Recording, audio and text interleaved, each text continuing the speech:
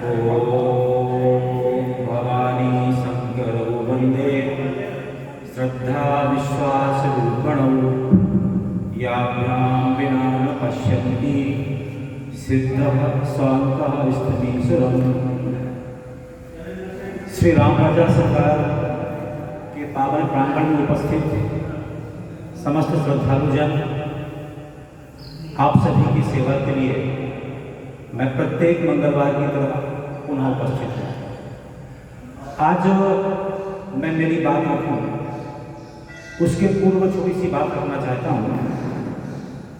एक है जिसे बोलते हैं टीन एजर, टीन से लेकर के 20s। यह एक ऐसी एज होती है जहाँ व्यक्ति रिजिड नहीं होता, वो बात को सुन लेता है और बात के अनुसार अपना कहीं सोच बदलने का प्रयास करता है। तो जो बच्चे बैठे हैं, शिवम जी और दो बच्चियां बैठी हैं, मैं आज इनको फोकस करके अपनी बात कहने वाला हूँ।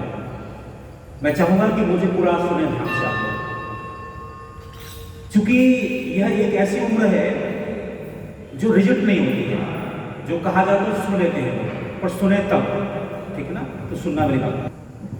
हम सभी ने मुंशी प्रेमचंद जी का नाम सुना है, उन्होंने कहानी सम्राट का।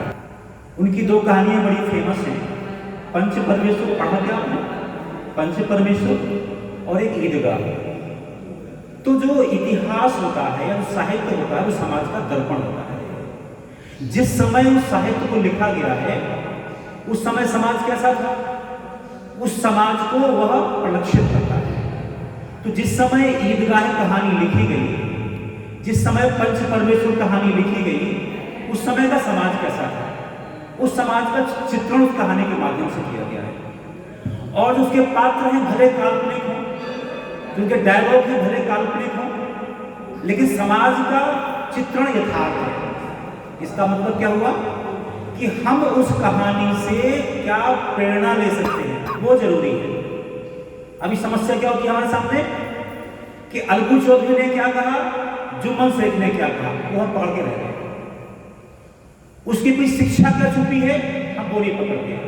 मैंने कहा देखो सूर्य उधर है, मैंने हाथ किया सूर्य के लिए, आपने मेरा हाथ पकड़ लिया।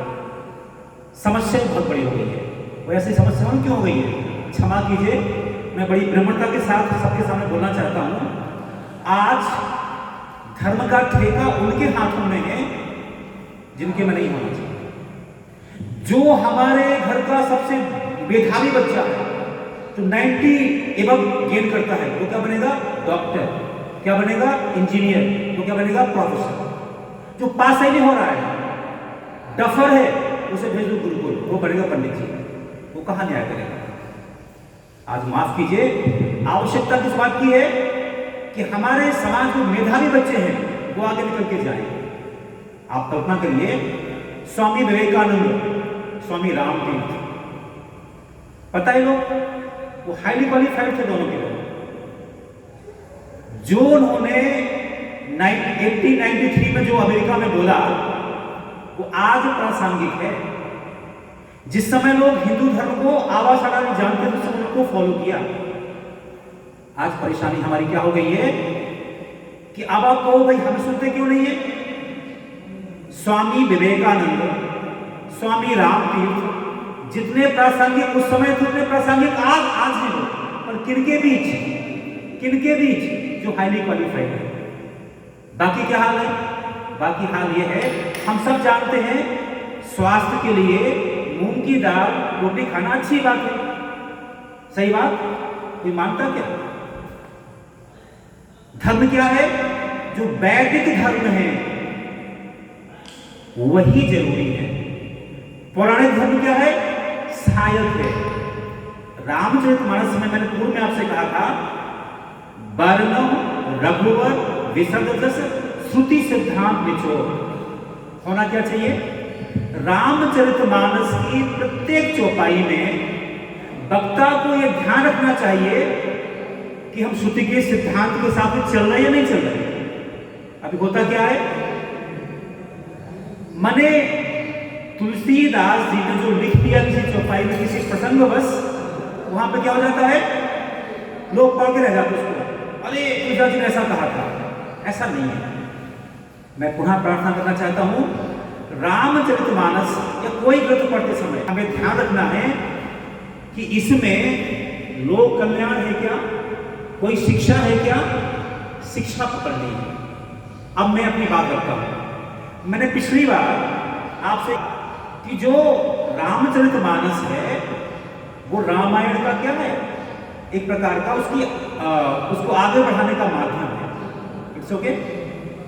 अब मैंने पिछली बार कहा था कि महर्षि वाल्मीकि जी ने रामायण में केवट प्रसंग है ही नहीं, सुना, है ही नहीं। यहां क्या है, मांगी नाव ना केवट आना तक सब क्या तमाशा होता है।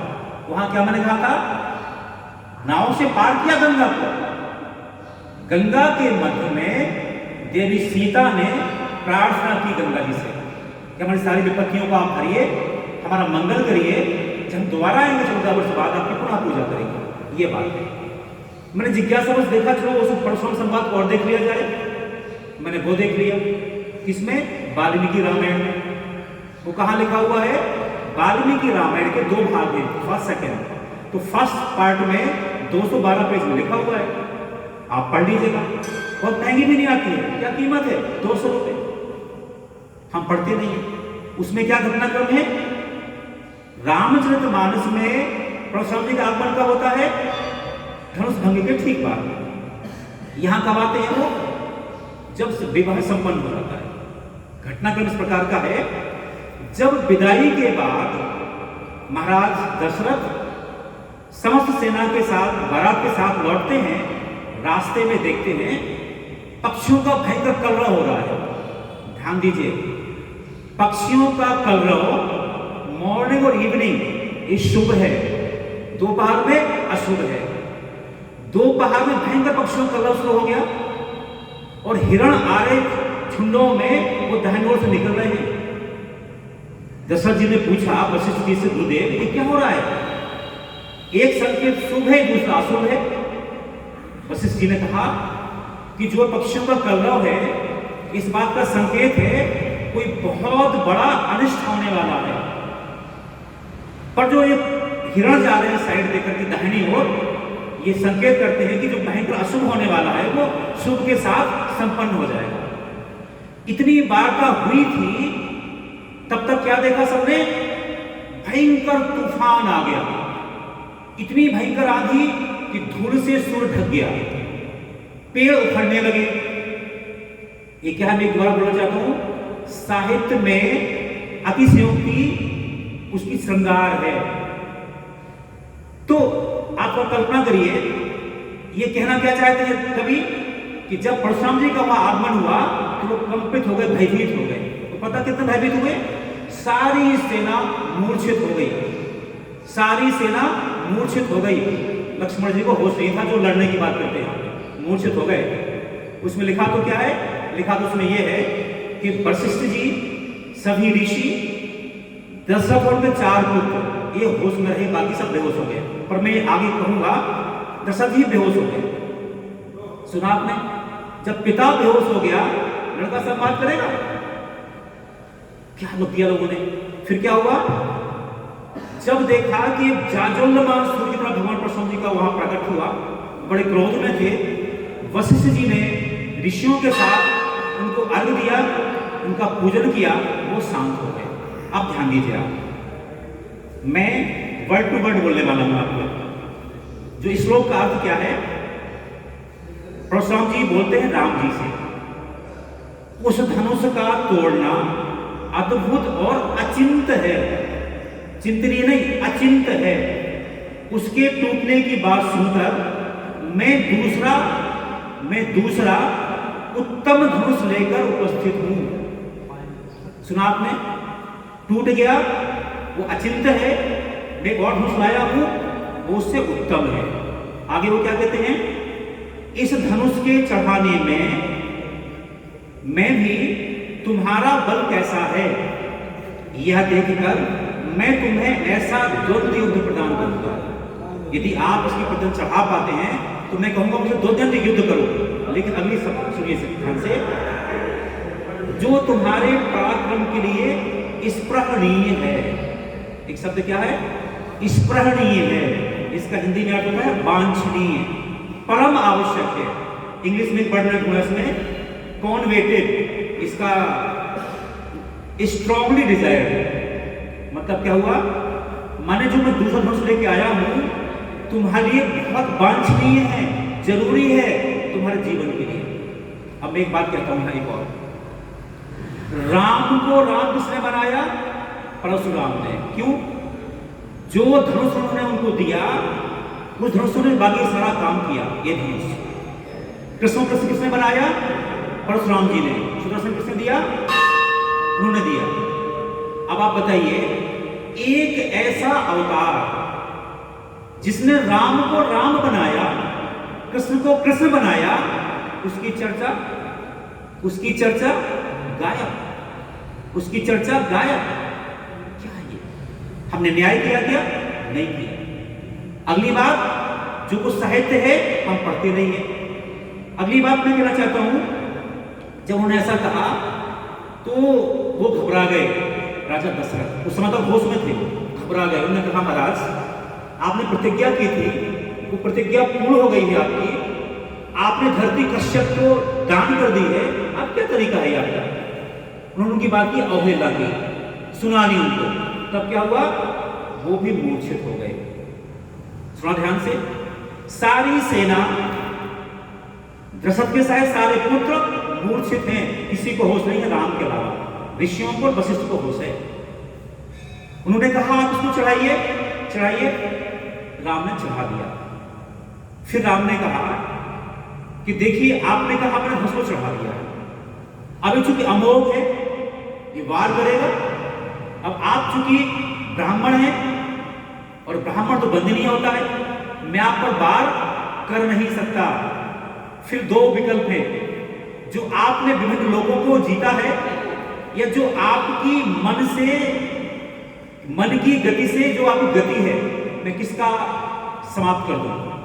उन्होंने कहा मैंने शपथ ली है कि मैं दिन में धरती पर रहूंगा, पर रात में विश्राम में अपने जो कौन सा पर्वत है वो परशुराम जी कहाँ रहते हैं? कैलाश, अपना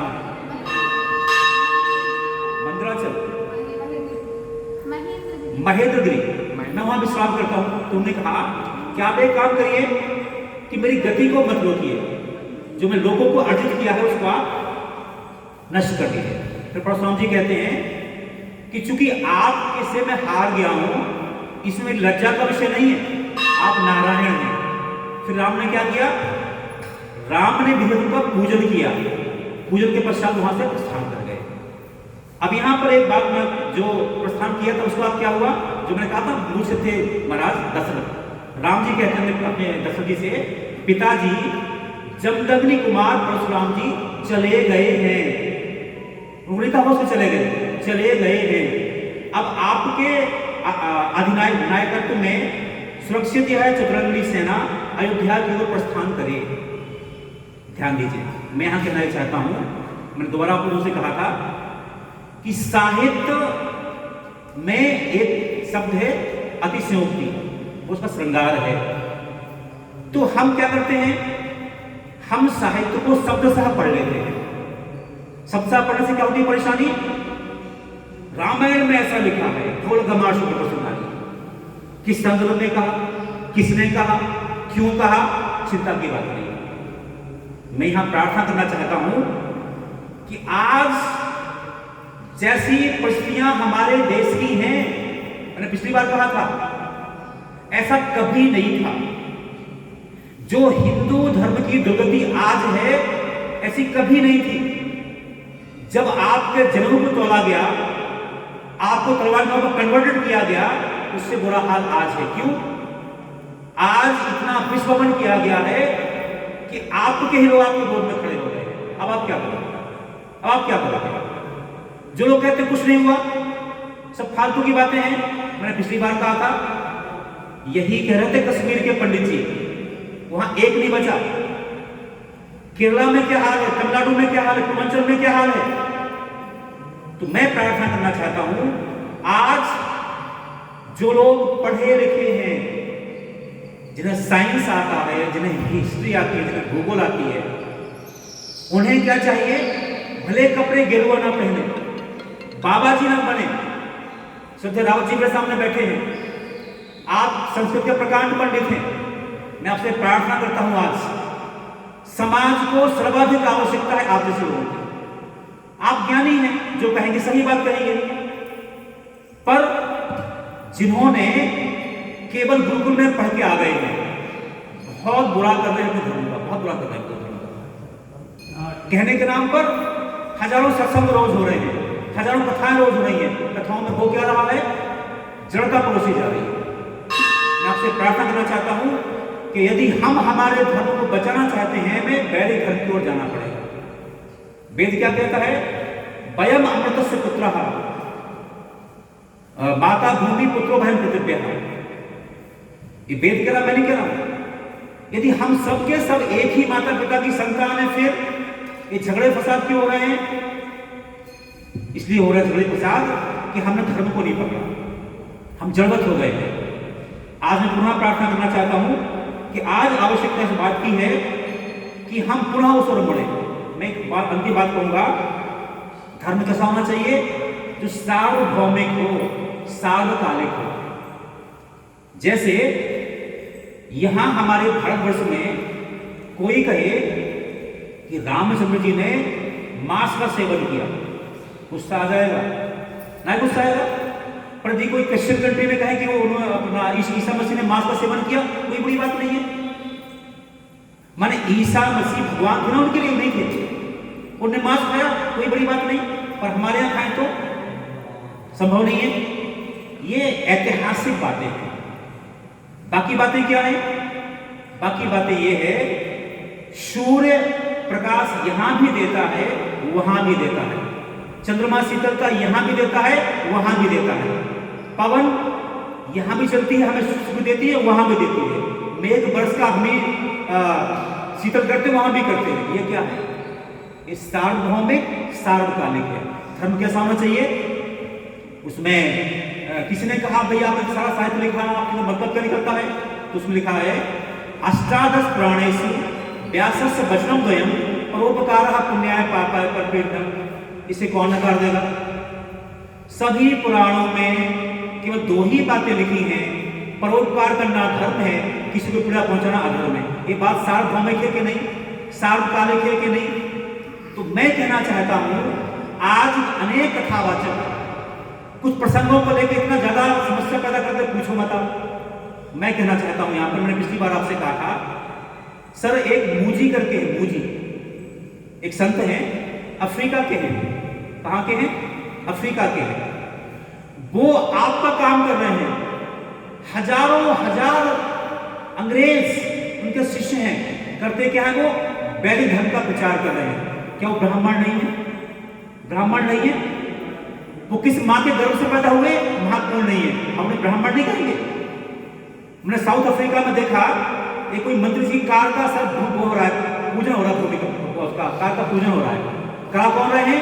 अफ्रीका के पंडित जी करा रहे हैं। माने मेरे जैसे आदमी को समझ में आ रहा है कि संस्कृत के श्लोक ठीक नहीं पढ़ रहे, पर मैं गदगद हो गया। वो संस्कृत का श्लोक भले गलत पढ़ रहे हैं, शुद्ध नहीं बोल रहे हैं, पर कर क्या रहे हैं? वो भगवान की पूजा से कार का पूजन कर रहे हैं। क्या वो वंदनीय नहीं है? आज मैं इस मंच से कहता हूं, प्रत्येक भारत में पैदा हुए व्यक्ति को, जिसकी सनातन धर्म में आस्था है, यदि वो कोई पूजा पाठ करता है, हम उसका विरोध नहीं करना चाहिए। हाँ, पात्रता जिसकी जैसी है। मैंने पिछली बार भी कहा था कि मैं छुआछूत का विरोधी हूं, जाति का समर्थक हूं। कुछ बातें जीन्स के हिसाब से चलती है हमारे। तो मैं पुनः कहना चाहता हूं यहां पर कि रामायण हो, मैं दो घटनाएं बताई आपको, अपना केवट का प्रसंग और परशुराम जी का प्रसंग। दोनों प्रसंग रामायण में, वाल्मीकि रामायण में वैसे नहीं है जैसे हमें बताया जाता है। अब यदि जिसने वाल्मीकि रामायण को नहीं पढ़ा, वो क्या करेगा? गुस्सा कर देगा, क्या बातें करते हो यार। तो मैं आपसे प्रार्थना करना चाहता हूं, आज हमें हमारे सच्चे धर्म को बताने की आवश्यकता है। जो मैंने पिछली बार भी कहा था, संसार का केवल और केवल एक ही धर्म ऐसा धर्म है जिसके हम लोग अनुयायी हैं, जो रोज बोलता है धर्म की जय हो, अधर्म का नाश हो, प्राणियों में सद्भावना हो, विश्व का कल्याण हो। विश्व की कल्याण की भावना रखने वाला धर्म आपका है। यदि आप चाहते हैं विश्व का कल्याण हो तो हमें हमारे धर्म का प्रचार प्रसार करना पड़ेगा। कितना करना पड़ेगा? मैं पुनः कहना चाहता हूं इस बात को लेकर के, जहां कुछ सभा में एक सरे को चौपाई आती है ना, हरिहर निंदा सुना जो गाना होए पाप दो भाग समाना। जिस दरबार में भगवान शिव की, भगवान विष्णु की निंदा हो रही हो, उनका सम्मान ना हो रहा हो, उनके बारे में उल्टा सीधा कहा जा रहा हो, हम सुन रहे चुपचाप बैठ के, क्यों? ये बुरा मान जाएंगे, ये बुरा मान जाएंगे। अरे कल अभी मान जाओ, अभी मान जाओ बुरा। तो आज आवश्यकता इस बात की है, प्रत्येक सनातनी हिंदू को जागना पड़ेगा, पहले धर्म की ओर जाना पड़ेगा। इसी प्रार्थना के साथ अपनी बात को पूरा करता हूं। ओम शांति की सूचना यह है